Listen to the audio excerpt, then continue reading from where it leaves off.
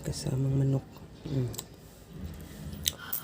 Magpainit muna ako ng mantika sa kawali at igisa ko na rin yung bawang. Ihalo lang hanggang sa mag golden brown at magkuha muna ako ng mga kalahati lang ng ating bawang at i-set aside para i-toppings natin mamaya. Ilagay ko na rin yung luya. Ihalo lang din hanggang sa maglabas ng aroma yung luya at isunod ko na rin ilagay yung sibuyas. Ihalo lang din hanggang sa maluto yung sibuyas.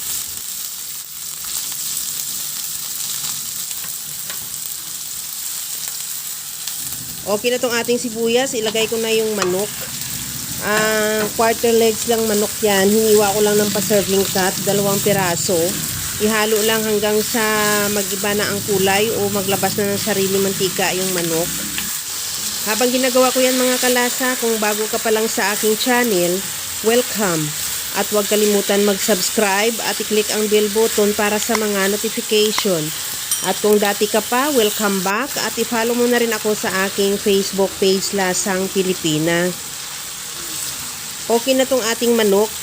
Ilagay ko na rin yung malagkit na hinugasan ko na rin, 1/4 kilo lang yan o 250 grams. At ihalo lang, isabay natin sa paggisa.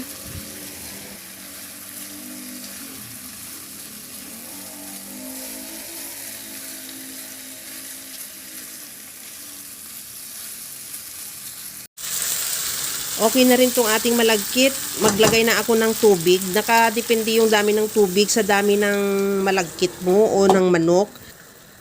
At kung halimbawa na natuyo na siya at saka hindi paluto yung malagkit at yung manok, pwede ka naman magdagdag pa ng tubig. Takpan at isimmer lang. Pahinaan yung apoy hanggang sa maluto yung manok at saka yung ating malagkit. At sa puntong ito, okay na yung ating manok at malagkit. Okay na rin siya. Magtimpla na ako dyan ng asin at paminta. Maglagay na rin ako ng liquid seasoning. Maglagay din ako ng patis. At ihalo lang hanggang sa magmix lang yung ating mga spices o panlasa sa ating lugaw o puspas. At pagkatapos nyan, tikman ko na rin kung okay na yung timpla niya. At isunod ko na ilagay yung malunggay.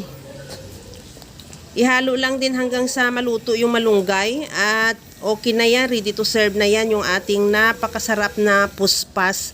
Puspas ang tawag namin yan sa Ilonggo. At kahawig na rin naman siya ng lugaw at arroz caldo. Okay na yan, ready to serve na yan. Hanguin na lang natin at ilagay natin yan sa ating serving bowl at ready to serve na. Kaya mga kalasa, kung nagustuhan mo yung ating video, please like na lang at pakishare na rin sa inyong mga friends. At kung bago ka pa lang sa aking channel, subscribe na at i-click mo na rin ang bell button para sa mga notification. Ito na mga kalasa, ilagay na natin sa ating serving plate at ready to serve na. Depende naman sa iyo kung ano ang igagarnish mo. Ako naglagay ako ng itlog at yung ating toasted garlic at ready to serve na yan. Kaya mga kalasa, alam ko kayang-kaya mo tong gawin dahil sa sobrang simple at napakadali niya lang lutuin. Kagaya lang lagi sa sinasabi ko na wala namang hindi marunong magluto basta sa simpleng paraan lang. Hanggang sa muli mga kalasa, thank you for watching. Bye-bye!